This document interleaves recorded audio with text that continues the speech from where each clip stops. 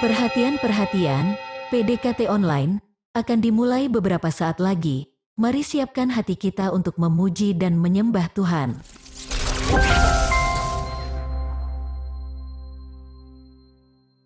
Shalom semua sobat Digital Ministry dimanapun berada. Puji Tuhan kita bisa bertemu kembali pada PDKT online hari ini. Kita tahu kalau kita ada sebagaimana kita ada hari ini, itu semua karena kasih karunia Tuhan. Oleh sebab itu, sebelum mendengar firman Tuhan, mari saya ajak kita semua untuk bersyukur kepada Tuhan lewat pujian Yesus, Kau sungguh baik.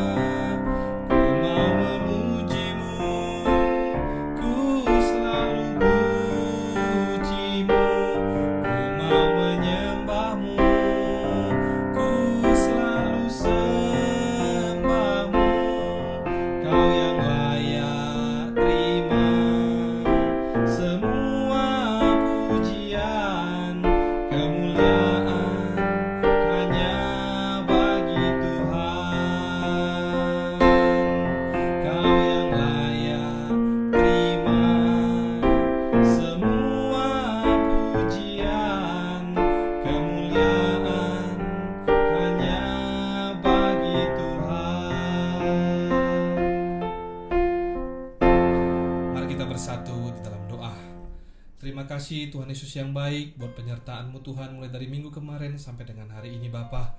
Ya Tuhan Yesus, sebentar kami akan mendengarkan sharing firman yang dibawakan oleh hamba-Mu. Biarlah setiap firman Tuhan yang disampaikan oleh hamba-Mu Tuhan boleh senantiasa memberkati hidup kami, agar hidup kami dari sehari ke sehari menjadi semakin serupa dengan karakter Kristus. Terima kasih ya Bapa, sembunyikan hamba di balik salib-Mu. Dalam nama Tuhan Yesus, mari sama-sama kita yang percaya dan berdoa katakan amin.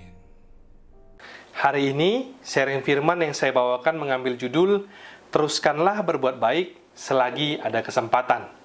Sharing kali ini bertujuan untuk mengingatkan kita semua agar senantiasa berbuat baik di tengah kondisi dunia yang hari-hari ini dipenuhi dengan penderitaan maupun juga kejahatan.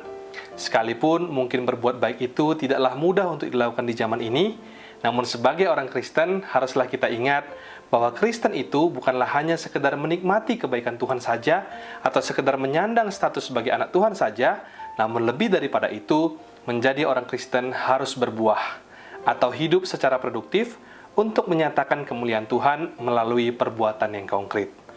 Dasar firman Tuhan pada sharing hari ini saya ambil dari Galatia 6 ayat 9-10 dikatakan demikian. Janganlah kita jemu-jemu berbuat baik, karena apabila sudah datang waktunya, kita akan menuai jika kita tidak menjadi lemah. Karena itu, selama masih ada kesempatan bagi kita, marilah kita berbuat baik kepada semua orang, tetapi terutama kepada kawan-kawan kita seiman. Nasihat ini diberikan Paulus saat kondisi jemaat di Galatia sedang berkonflik, di tengah bermunculnya ajaran-ajaran palsu, dan juga di saat perpecahan yang membuat mereka saling menggigit, saling menelan, bahkan sampai hampir saling membinasakan, seperti yang dikatakan dalam Galatia 5 atau perikop sebelumnya. Di tengah situasi yang demikian, tentu saja, godaan untuk menyerah berbuat baik sangatlah kuat. Di dalam hati jemaat kala itu mungkin sudah timbul kekesalan yang membuat mereka ingin berhenti untuk berbuat baik, karena mereka pikir buat apa terus berbuat baik, kalau ujungnya malah mendapatkan perlakuan atau diperlakukan dengan tidak baik. Saat itulah, lalu kemudian Paulus berusaha menghibur orang-orang percaya agar tetap bertahan, alias tidak jemu-jemu untuk menabur kebaikan. Paulus memahami dan mengerti bahwa di saat seseorang lelah ataupun lemah karena sesuatu, biasanya orang tersebut cenderung untuk lebih mudah menyerah dan sangat mungkin berhenti melanjutkan apa yang sebelumnya telah ia kerjakan. Kondisi demikian tentu saja bisa terjadi pada kita, atau mungkin juga sudah sering terjadi. Di awal-awal mungkin kita dengan penuh semangat untuk memulai sesuatu yang baik. Namun seiring berjalannya waktu, di saat tantangan datang bertubi-tubi dan banyak harapan yang kemudian tidak terpenuhi, belum lagi ditambah dengan kehadiran orang-orang yang mungkin dalam tanda kutip sulit alias tidak support, membuat kita kecewa ataupun jenuh karena melihat usaha yang tidak kunjung-kunjung membuahkan hasil. Mungkin di antara kita tidak sampai meninggalkan pekerjaan ataupun pelayanan kita, namun hati telah menjadi dingin dan semangat kita pun memudar. Secara peran, kita tetap menjalankannya, namun kali ini hanya sekedar sebagai rutinitas ataupun sekedar demi menyelesaikan tugas belaka. Jika hal tersebut sudah terjadi, maka ingatlah akan firman Tuhan yang Paulus sampaikan kepada jemaat Galatia kala itu, di mana nasihat Paulus yang diberikan itu tidak hanya berhenti pada mengingatkan kita, namun sekaligus juga memberitahu alasan mengapa kita harus terus-menerus alias tidak jemu-jemu untuk berbuat baik di tengah kondisi yang menurut cara pandang kita tidak pantas untuk menerima kebaikan. Sharing kali ini, saya rindu membagikan 3 poin yang bisa kita petik dari nasihat Paulus agar kita senantiasa dimampukan untuk tidak jemu-jemu berbuat baik. Poin pertama, teruskanlah berbuat baik sebab Tuhan telah terlebih dahulu melakukannya kepada kita. Berapa banyak dari kita yang percaya kalau hari ini kita ada sebagaimana kita ada, itu semua karena kebaikan Tuhan. Kita yang dahulu tidak layak karena dosa, menjadi dilayakkan oleh karena salib Kristus. Tentu itu semuanya karena kasih karunia, bukan? Oleh sebab itu, hendaklah kita juga harus hidup di dalam teladan Yesus untuk melakukan segala pekerjaan baik yang telah dipersiapkan Allah sebelumnya, seperti firman Tuhan dalam Efesus 2 ayat 10. Marilah kita menjadikan hidup setiap kita menjadi terang, yang terus bercahaya di dalam dunia yang gelap ini. Melalui apa? Tentu saja melalui perbuatan baik yang kita lakukan. Berbuat baik yang tidak semata-mata untuk kepentingan maupun kesenangan diri saja, namun juga didasari pada kepekaan terhadap kebutuhan orang-orang yang Tuhan tempatkan di sekitar kita. Perbuatan baik yang dilandasi kepekaan tentunya akan memberkati setiap orang, baik itu di sisi yang memberi maupun juga di sisi yang menerima. Nah, selanjutnya, perbuatan baik kepada sesama yang berlandaskan kasih Kristus dapat kita mulai dengan cara menuntun sesama kita kepada jalan yang benar dengan roh yang lemah lembut. Seperti yang tertulis dalam Galatia 6 ayat 1. Sampai nantinya mereka-mereka itu benar-benar menemukan dan juga ikut merasakan kasih Kristus di dalam hidup mereka. Sehingga ke depan nanti, bahkan seterusnya, hidup mereka senantiasa berjalan di dalam poros kehendak Allah. Perbuatan baik juga dapat kita lakukan dengan memberi pertolongan kepada mereka yang membutuhkan saat menanggung beban. Seperti yang teman-teman bisa baca nanti di Galatia 6 ayat 2. Kita yang adalah anggota tubuh Kristus harus rela untuk menolong orang lain, baik itu sesama kita yang seiman, maupun juga sesama kita yang tidak seiman. Karena kita diajarkan untuk mengasihi sesama sebagai wujud kasih kita kepada Allah. Poin selanjutnya atau poin kedua, bagaimana agar kita senantiasa dimampukan untuk selalu berbuat baik. Teruskanlah berbuat baik, sebab ada janji Tuhan yang indah di dalamnya. Dalam Galatia 6 ayat 7-9 dikatakan, Paulus mengibaratkan berbuat baik sama halnya dengan menabur maupun menuai. Kita tahu kalau menabur dan menuai itu adalah 2 kejadian atau tindakan yang berkaitan dengan waktu.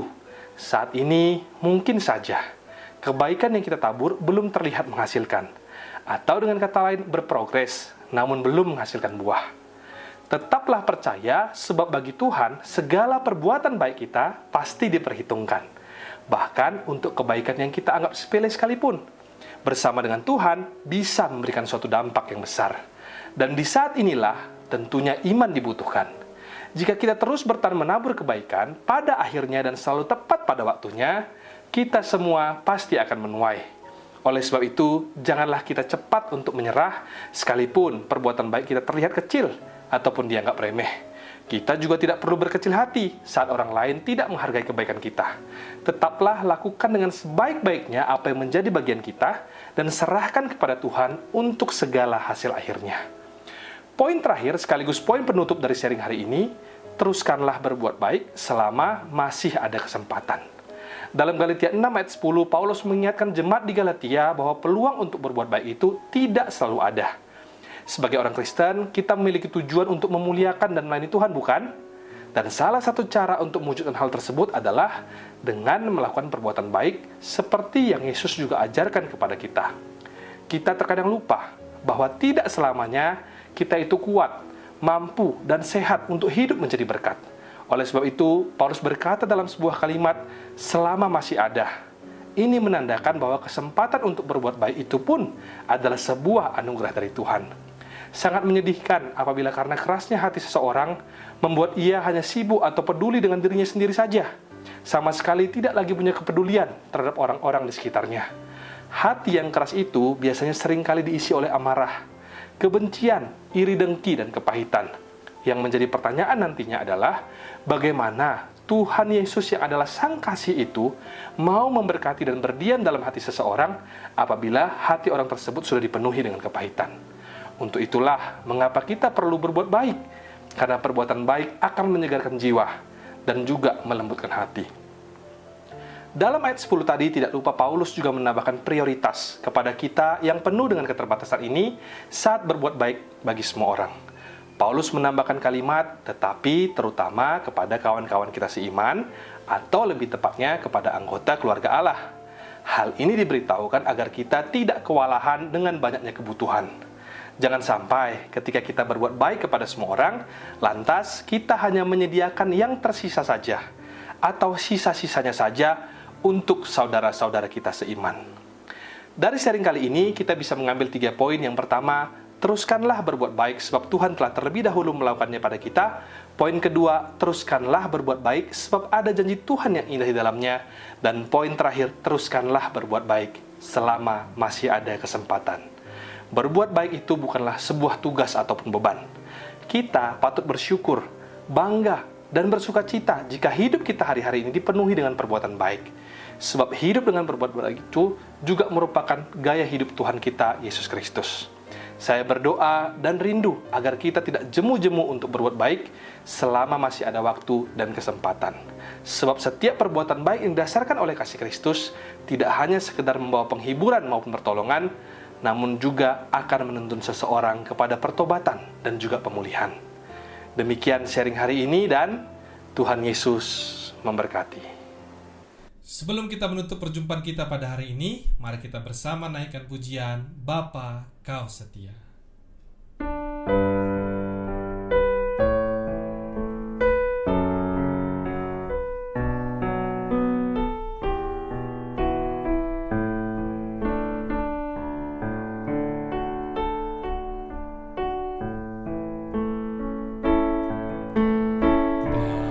Bapa, Kau